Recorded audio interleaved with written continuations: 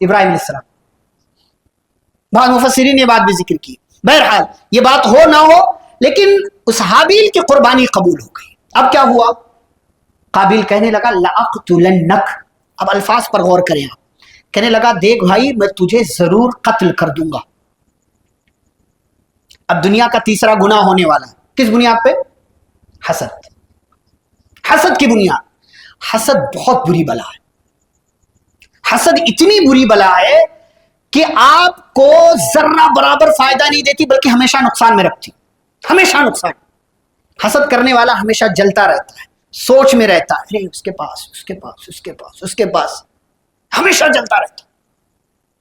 ان کی دیکھ کر ان کی دیکھ کر ہمیشہ جلتا ہے. اس نے بھی حسد اور جلن میں آ کر کے کہا دیکھ میں تجھے قتل کر دوں گا. تو اس نے کہا بھائی میرا کیا قصور ہے, میں نے کیا کیا؟ یہ تو اللہ کا سسٹم ہے, قانون ہے. انما یتقبل اللہ من المتقین. اللہ تعالیٰ قبول کس کی طرف سے کرتا ہے؟ اس کے اندر تقوی. اور تقوی کہاں سے آتا ہے؟ روزہ رکھنے سے. یہ متقی روزہ آپ کو بناتا ہے. تو کہا اللہ تعالیٰ تقوی والوں کی صدقات کو خیرات کو قبول کرتا ہے.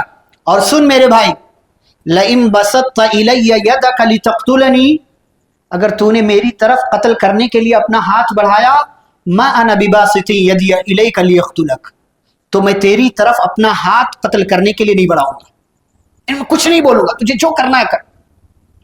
انی اخاف اللہ رب العالمین, میں اللہ سے ڈرتا ہوں جو پوری کائنات کا رب ہے.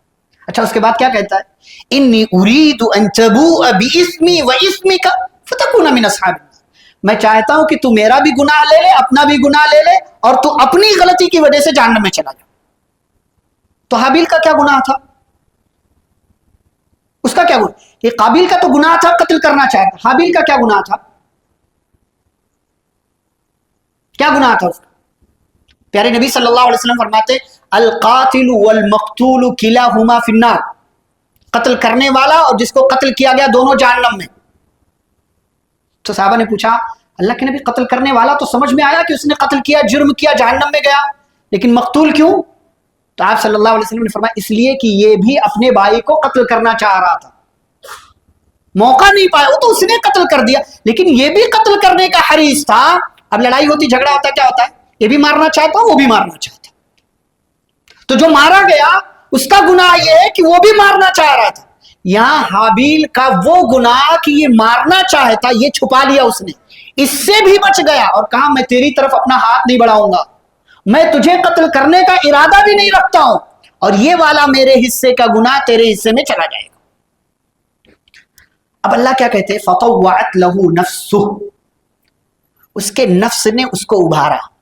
تنہائی میں رہتے نا, چل کر لے, کچھ نہیں ہوتا ہے نا, بند کمرہ, تنہائی, اندھیرا, رجائی, کمبل, کنڈی لگی ہوئی, کچھ نہیں ہوتا, کر. یہاں سے نفس امارہ, ان النفس لامارۃ بالسوء, برائی کی طرف یہ آمادہ کرتا, کر. کوئی نہیں دیکھ رہا, کسی کو نہیں پتا چلے گا, نہ اماں کو, نہ بابا کو, نہ بھائی, کسی کو نہیں. اب قتل کر لیا, ارادہ. فطوعت له نفسه, نفس نے ابھارا, فقتلہ, اور بھائی کو قتل کر دیا. فاصبح من الخاسرین, اور پھر کیا ہو گیا؟ خسارہ اٹھانے والوں میں سے. نبی صلی اللہ علیہ وسلم کیا فرماتے ہیں؟ لا تقتل نفس ظلما, دنیا میں جو بھی ظلمن قتل کیا جائے گا, الا کان علی ابن آدم الاول کفل من دمیا, حضرت آدم کے اس پہلے بچے پر اس خون کا ایک حصہ گناہ جاتا رہے گا. کیوں؟ لأنه اول من سن القتل, اس لیے کہ یہ پہلا بندہ تھا جس نے قتل کے عمل کو جاری کیا. مارکیٹ میں, سماج میں, معاشرے میں کبھی کسی گناہ کو جاری کرنے کا ذریعہ اور سبب نہ بنے, کبھی نہیں, کبھی نہیں. آپ کی وجہ سے سماج میں کوئی بے حیائی, برائی پھیلنی نہیں چاہیے, کوئی بھی برائی بے حیائی نہیں پھیلنی چاہیے. اس لیے کہ اگر آپ نے سماج میں وہ برائی پھیلا دی, پیدا کر دیا جو سماج میں نہیں تھی, وہ گناہ نہیں تھا, آپ نے شروع کیا, سارا حصہ آپ کے کھاتے میں جاتا رہے, سب ملتا رہے.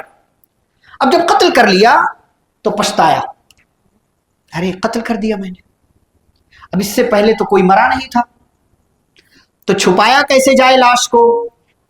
تو کندھے پر لے کر کے گھومنے لگا. بعض مفسرین نے ذکر کیا 1 سال گھوما،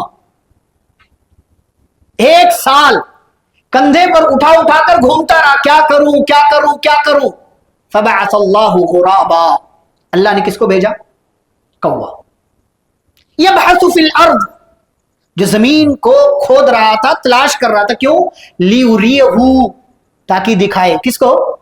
قابیل کو. کیوں کیا دکھائے؟ کیف یواری سوءۃ اخیہ، کہ اپنے بھائی کو کیسے چھپا سکتا ہے.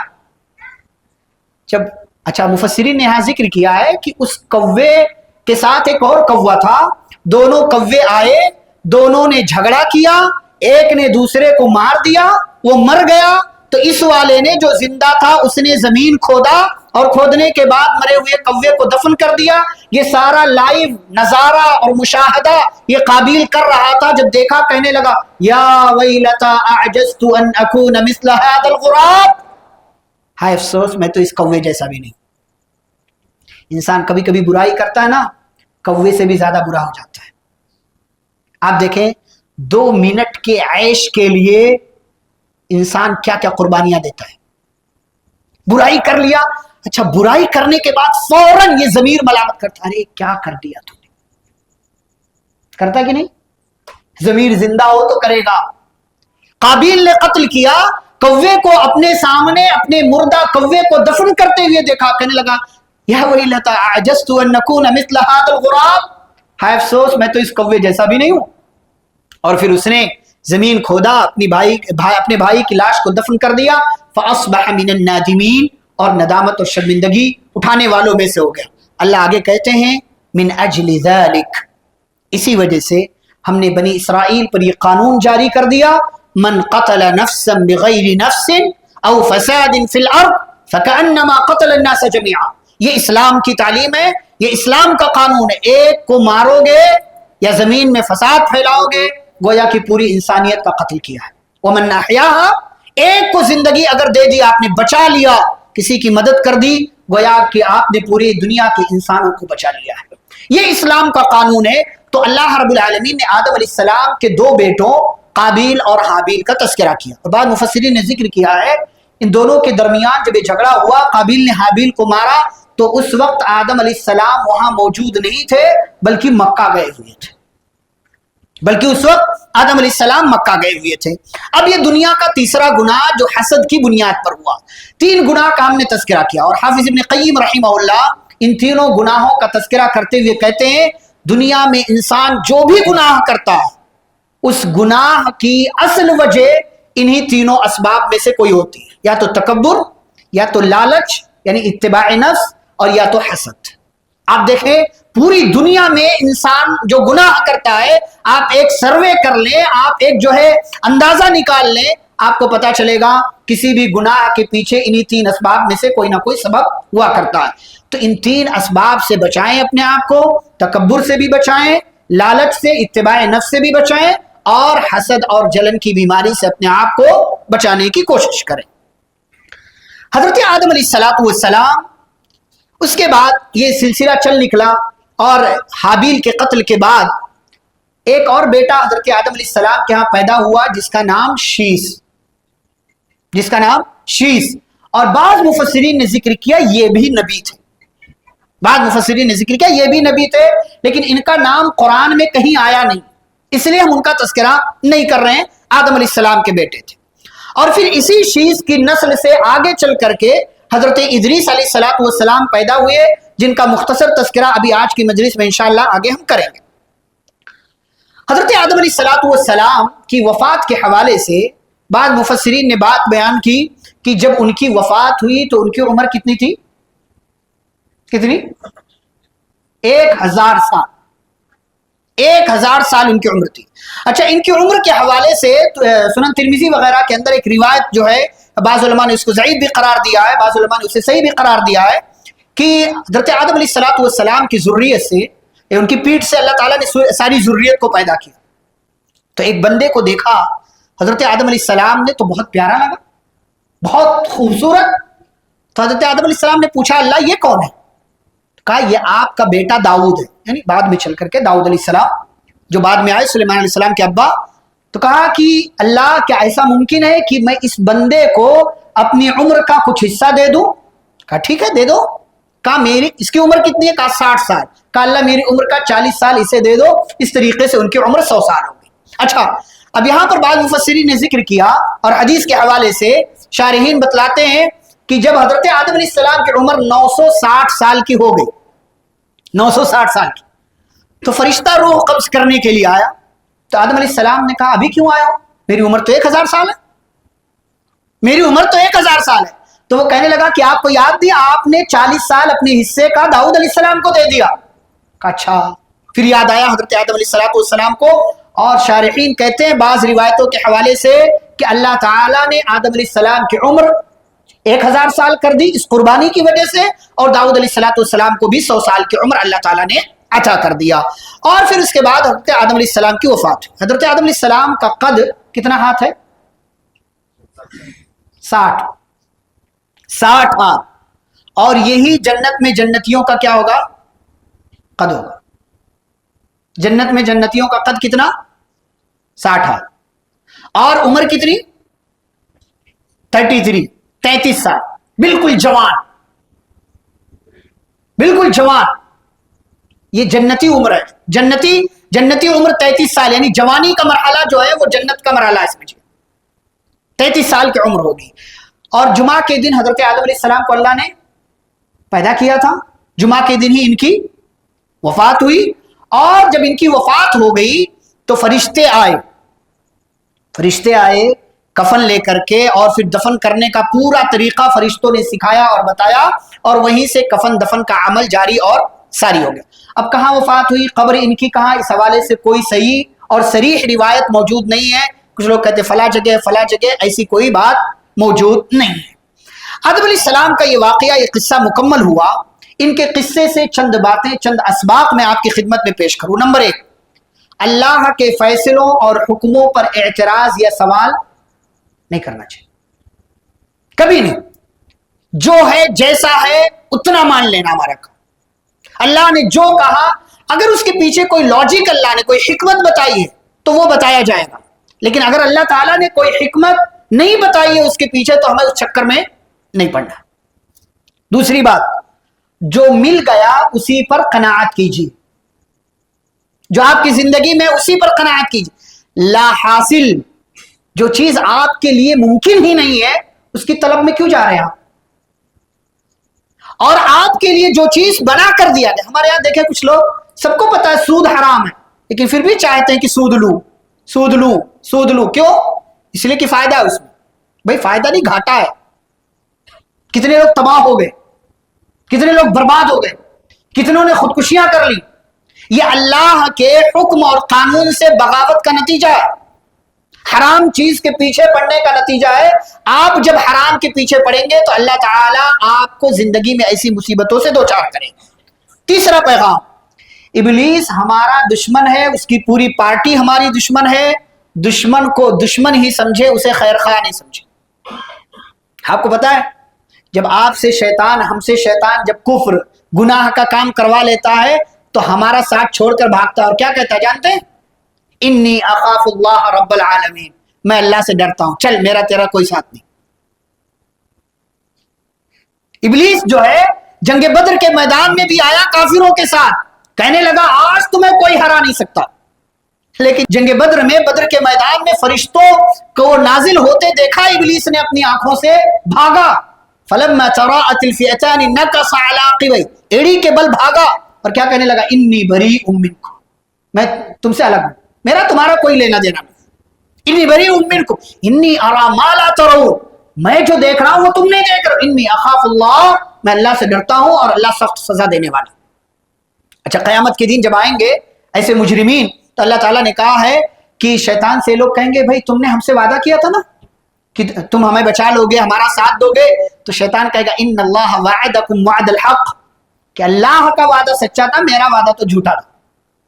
شیطان کبھی خیر خواہ نہیں ہو سکتا، برائی کرا کر کے فوراً بھاگتا ہے، پھر وہ آپ کے پاس نہیں رہتا. اس لیے دشمن کو ہمیشہ دشمن ہی سمجھیے. نمبر 4، بے حیائی اور بے لباسی کے تمام مظاہر سے اپنے آپ کو بچائیے. میں نے کہا شیطان کا، ابلیس کا سب سے پہلا حربہ اس کی کوشش کیا ہے؟ آپ کو بے لباس کرنا. اور آج ہماری خواتین کے کپڑے دیکھو کیسے کیسے کپڑے، ٹخنے سے اوپر جینز، پینٹ ٹائٹ، برقعے، کیسے کیسے لباس. اور بچوں کے کپڑے، مردوں کے کپڑے ٹخنے سے نیچے. کیوں بھائی؟ کیا مزہ ہے اس میں؟ ٹائٹ لباس، نماز میں آ کر کے دوسروں کی نمازیں خراب کر رہے. اور تو ٹی شرٹ ایسے ایسے پہن رہے ڈبل میننگ والے، اس میں کچھ لکھا ہوا، کہانی پوری پیچھے، تاکہ پیچھے والا کھڑے ہو کر کے پڑھتا رہے. یہ شیطان کی چال. مارکیٹ میں آپ نکل جاؤ، جو ہے سادہ کپڑے نہیں ملتے، تصویر والے، لکھے ہوئے، ڈیزائن والے، یہ اور وہ. ابلیس کی کوشش ہے، اس کی کوشش کو ناکام بنائیے اور بے حیائی اور بے لباسی کے تمام مظاہر سے اپنے آپ کو بچائیے. نمبر 5، تکبر، نفس پرستی، حسد اور جلن جیسے بڑے گناہوں سے ہمیں بچنا چاہیے. اور آخری بات اس حوالے سے کہ غلطی ہو جائے تو فوراً سے پہلے اللہ تعالیٰ سے توبہ اور استغفار کیجیے. چلتے ہیں حضرت ادریس علیہ السلام کی طرف. حضرت ادریس علیہ السلام کا بہت زیادہ تذکرہ قرآن مجید کے اندر نہیں اور نہ ہی احادیث میں. مختصر 2 جگہوں پر اللہ تعالیٰ نے نام لیا ہے حضرت ادریس علیہ السلام کا پورے قرآن. ایک سورۃ الانبیاء میں اور ایک سورہ مریم میں. 2 سورتوں میں اللہ تعالیٰ نے نام لیا ہے. اچھا، بعض مفسرین نے ذکر کیا ہے کہ قلم کا، پین کا سب سے پہلے کس نے استعمال کیا؟ ادریس علیہ السلام. سب سے پہلے حضرت ادریس علیہ السلام نے. ادریس علیہ السلام کے حوالے سے دونوں آیتیں ہم لوگ دیکھ لیتے ہیں. سورۃ الانبیاء میں اللہ نے کہا وَإِسْمَاعِيلَ وَإِدْرِيسَ وَذُوالْكِفْلِ. اسماعیل، ادریس اور ذوالکفل تینوں نبی ہیں. اللہ کہتے کل من الصابرین، یہ سب کے سب کون تھے؟ صبر کرنے والے. وَأَدْخَلْنَاهُمْ فِي رَحْمَتِنَا، اور ان تینوں کو ہم نے اپنی رحمت میں داخل کر لیا. إِنَّهُمْ مِنَ الصَّالِحِينَ، یہ کیا تھے؟ نیک تھے. تو حضرت ادریس علیہ السلام کی خوبی اللہ نے بیان کی، صبر کرنے والے. دوسری خوبی کیا بیان کی؟ نیک تھے. تیسری بات کی طرف آتے ہیں جو سورہ مریم کی آیت وَذْكُرْ فِي الْكِتَابِ ادریس. آپ قرآن میں ادریس علیہ السلام کا ذکر کیجئے. إِنَّهُ كَانَ صِدِّيقًا، وہ کیا تھے؟ سچے. نبیّا، کیا تھے؟ نبی. وَرَفَعْنَاهُ مَكَانًا عَلِيًّا، اور ہم نے ان کو بہت اونچا مقام دیا. اب اس آیت سے بعض علماء نے یہ کہا ہے کہ ادریس علیہ السلام کا مقام اللہ نے بہت اونچا کر دیا، ان کا تذکرہ لوگوں میں زندہ کر دیا.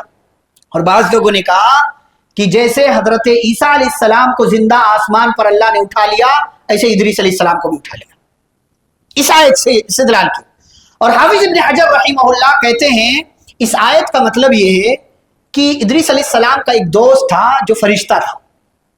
ادریس علیہ السلام کا دوست فرشتہ. اس فرشتے سے ایک دن ادریس علیہ السلام نے کہا کہ بھئی چلو آسمان تھوڑا گھما کے لاؤ. اب یہ بندہ لے کر کے گیا، مطلب فرشتہ لے کر کے گیا. اب فرشتہ وہاں گیا تو اس کی ملاقات ہو گئی ملک الموت سے. تو وہ دنیا میں آ رہا، تو اس نے پوچھا کہاں جا رہے ہو؟ کہا دنیا میں. کہا کس لیے؟ کہا ادریس علیہ السلام کا وقت آ گیا ان کی روح قبض کرنے کے لیے. کہا وہ تو یہی ہے. کہا تو ان ھذا لشیء عجیب، یہ تو بڑا عجیب اتفاق ہے. اور پھر وہیں پر حضرت ادریس علیہ السلام کی روح اس نے قبض کر لیا، وہیں پر ان کی وفات ہو گئی. تو یہ مفہوم حافظ ابن حجر رحمہ اللہ نے ذکر کیا ہے کہ بلندی، اونچا مقام دینے کا مطلب یہ ہے کہ اللہ تعالیٰ نے انہیں آسمان پر فرشتے کے ساتھ وہ گئے اور پھر وہیں پر ملک الموت نے ان کی روح قبض کر لیا. اسی لیے پیارے نبی صلی اللہ علیہ وسلم کی ملاقات حضرت ادریس علیہ السلام سے ہوئی تھی. کون سے آسمان پہ؟ چوتھے آسمان. اچھا، یہاں بات آئی ہے تو پچھلے نبی آدم علیہ السلام اور یہ نبی ادریس علیہ السلام، دونوں نبیوں سے ملاقات ہوئی ہے معراج کے سفر میں نبی صلی اللہ علیہ وسلم کی. اور ٹوٹل 7 آسمانوں پر کتنے نبیوں سے نبی نے ملاقات کیا؟ کتنے؟ 8. پہلے پر بولو بھائی، آدم علیہ السلام. دوسرے پر یحییٰ اور عیسیٰ، دونوں خالہ زاد. تیسرے پر یوسف علیہ السلام. چوتھے پر ادریس علیہ السلام. 5ویں پر موسیٰ علیہ السلام. چھٹے پر ہارون علیہ السلام. اور 7ویں پر ابراہیم علیہ السلام. 7 آسمانوں پر 8 نبیوں سے ملاقات ہوئی. اب سوال یہاں ایک ہے کہ 7 آسمانوں پر انہی 8 نبیوں سے نبی کی ملاقات کیوں ہوئی؟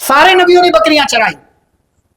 ادریس علیہ السلام درزی, آگے تذکرہ آئے گا داؤد علیہ السلام جو ہے, داؤد علیہ السلام لوہار تھے, نوح علیہ السلام بڑے ہی بن گئے ضرورت پڑی تو, نجار کارپینٹر بن گئے ضرورت پڑی تو.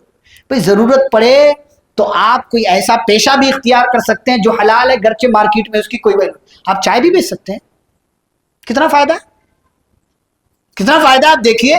تو ادریس علیہ السلام درزی تھے, اور جب کپڑے سلتے تھے تو ساتھ میں اللہ تعالیٰ کا ذکر کرتے تھے, اس کی تسبیح بیان کیا کرتے تھے. کیا پتا چلا, آپ اپنے کام میں رہیے لیکن اللہ کو نہ بھولیے, اللہ تعالیٰ کو فراموش نہ کیجیے. یہ چند باتیں تھی جو ادریس علیہ السلام کے حوالے سے بیان کی گئی. انشاءاللہ کل کی مجلس میں نوح علیہ السلام کا تفصیلی اور مکمل تذکرہ جو اللہ تعالیٰ نے قرآن مجید کے اندر اور نبی صلی اللہ علیہ وسلم نے حدیث میں بیان کیا, تفصیل کے ساتھ کیسے دعوت دی, کیسے لوگوں نے ستایا, کیا عذاب آیا, عذاب کی شکل کیا ہوئی, اور ساری تفصیلات انشاءاللہ ذکر کی جائیں گی.